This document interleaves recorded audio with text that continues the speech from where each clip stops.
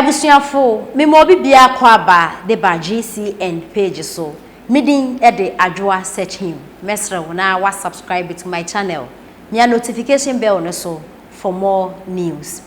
Untumi TV e wo Ashanti region na omo political talk shows be bra omo e host e wo ho na e ho e na NPP communicators omo Ashanti region e ko ho e koye discussion na e political talk show ba kwa watu ne din the morning show so e na NPP communicators e kire se eye oman peninda da his excellency John Dramani Mahama e na NDC amayuku no se mu ahu se ende minority fo e bitre mu a adan mo atase adan mo akasa and last week and a week ye see me nyasem keto akra radio so and na TV so de osu esu de obodua ebodua and he nyasem keto akra ni nyina ne say minority fo e betray omo and okọ omo social media handles so a nyasem keto akra oman panyin dada his excellency John Dramani Mahama etro na Felix Ofosu Kwachin so etro and na honorable Okujato Ablakwan so etro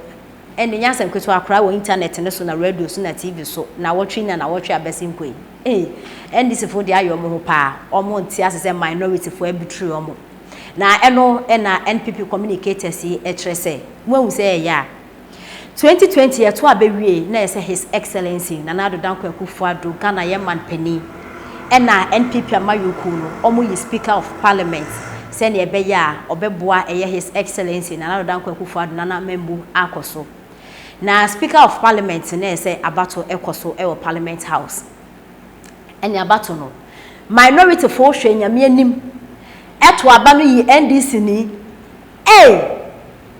Nana do ye monden mu be yi NPP ni no mu akwakọ yi NDC ni eye right honorable Alban backbin ena omo koyi ni so omo ye speaker of parliament na omo to aba ni wie no Nana do ankasa ni speech of mine ne say the SC kire say eyampase parliament omo be kan bom ayadwuma his excellency ankaso because 2020 about na yeto no parliament house ho minority and a majority e ka ketekete nke pai nyame ena ya adom ena omo NPP funya independent ba ko be kan ho omo ye 38 ena minority funso ye 37 omo do parliament house nti ene parliament house wo no me no ene ho ye de pa nyasem kweto akora omo de bibi ba minority funso ye nye majority funso be ba so ene kunkure nkomba na so ade no so aba so ene parliament house ho ye de basa na omo to aba omo yi speaker of parliament no kai be hwe ho anyway twin blade dey twa no yonko na we twa we be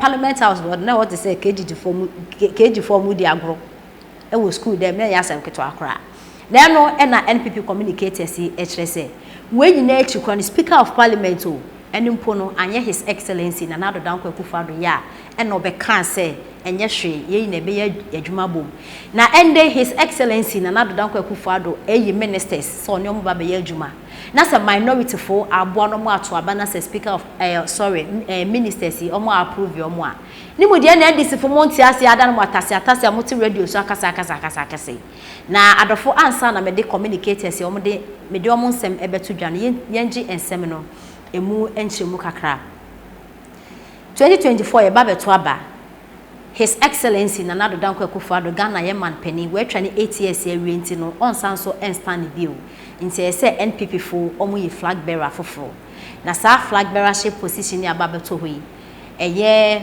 honorable Kennedy Akompre kwa Japan unity honorable trade minister former trade minister because he or the need to say go so ye adwuma bio ono so unity honorable eye free akoto ono so no ye former agric minister ono so the need to say go fam to ono so ye former na chese some ministries ya aba beda we say his excellency Nana Dankwa Akufo-Addo aye vacancy dey say ofele na fele na Nana do freely na wa appointing crofo ama for 7 so omo ntom so about parliament house na omo jo mutuma omo akwa fele eye vacancy aba beda hoi na NDC for te omo etikoku apai omo ntiase adenya NDC for no chese omo akanetetete say his excellency Nana Dankwa Akufo-Addo the size of government in so ministers on your year adwuma na doors nti onte so na so onte so nde onte so ochina because nyamo na mbe dictate aba no tena de so onte so e no okonanim na ene ya me charge na ye ministers agrek na trade and industry omo ejo omo tu se gu ana na de sasa do be freely e na NDC fo sa ha kuna na do ye nyam because yes two ministers ne so awo se won te dia ye de we be trew na NDC fo omo kan say minority fo omo parliament house ti say mo 37 e na NPP fo so ye 38 enti no abato mo make sure so mo beto ati omo na do ntumi emphasize ministers yes and so e mechanic ministers dada omo wo no NDC for our parliament house minority for see yoyate wokoto abana adofo my minority omo ye 137 majority 137 one independent into omo ye 138 137 no akahia omo ato abane bum honorable Brian Champion ono crowd onya abane bebre kra honorable Stephen Asamoah Boatin ono kwampo de won ono so nya bi pa Honorable Katie Hammond, ono sinye bi pa. Na about you kwa wiye ya, Minister 7 na omo approve omo. Na NDC fo so omo ntiase. Ada no mo atase. Betray your pa ni. Eni radio si na TV so eni yansa nketo akra. Eni nduabro. Wo de wani kire me wo Power FM a. Anita Disoso, wa pro minister majority minority for more parliament house. Anita Disoso ose mo kwaji sika. Diska na moje na moto abama na nado ne ministers a mo atumi approve o mo ne de seska ne mundi ni na be tondro ndru ansa na mo awu eni ndru abro a ne minority for agin na nse ne nyasa mketo akra na eno na NPP communicators e trese NDC for mo say ya Speaker of Parliament Right Honorable Alban ofihe onye NDC de mukoyi na nado kasai adenti na motesa yenti nsema NPP communicators e de etuya and indeed, one of the year most celebrated victories, say, winning, say, Emma Babin, a Speaker of Parliament. In fact, almost winning with violence. Yes. One condemning violence in the crowd because now he's interested in Speaker no money. What is and one know it is a bedroom also. That's a bright champon at 167, which were Wusu. The Kaba Benya 140 something, which were Wusu. You see, almost say on principle. And now, percent ministers in the member. But for me, it is a very stupid principle. Principle, no. It is an agri minister, no. You have a question, President Gufadosana. And a trade minister, ever was a winesa. Any partner or more bano, they qualify. Abu Prabo will be a background. They more than qualify for the positions. Ya dear Mawomo, must say, and again, ya hotre. Now, what will be it? What are you? Second year, which last 2 weeks, 220 million. Why is a word changing and will be aging 16,000, 17,000. So be ag. Who question and one for playing a coin. At the beb, John Mahama, in the first of everything, what can a Bontin say? You keep on funding NDC and I'm a boy. Just a was cat. Now, catch them say, oh, but principle be no more ya. Because you have black control be to say. Say kind will feel say chawa ya papa now they see them as traitors. Really? As traitors. Then if I corner where MPP no so to abama babe no so on who say on who say on the traitor. What do you traitor?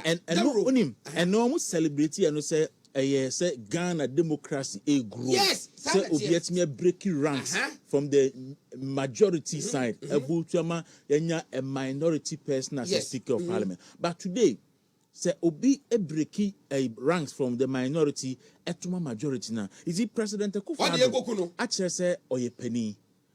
Ya to abama Speaker Babe no. One mediatem. Dabi.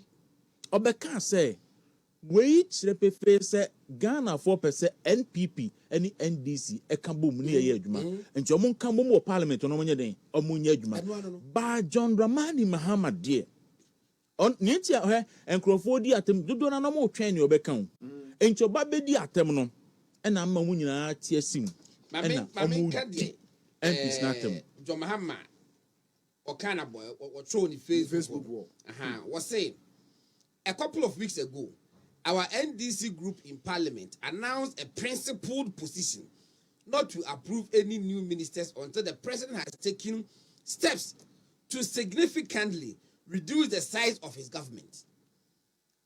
This position was supported by a broad section of Ghanaians and public advocacy groups. Broad section of Ghanaians. That groups in here for. And what would him? Unfortunately, Ghanaians were sorely disappointed yesterday when several members of the minority for some parochial and personal interest. You see, parochial and personal interest. Operation that you know, say parochial and personal interest voted against the principled position adopted by the party. I am also disappointed. If you're honest, it's a transformer war. Aden, Transformers in it. Why disappointed? Often think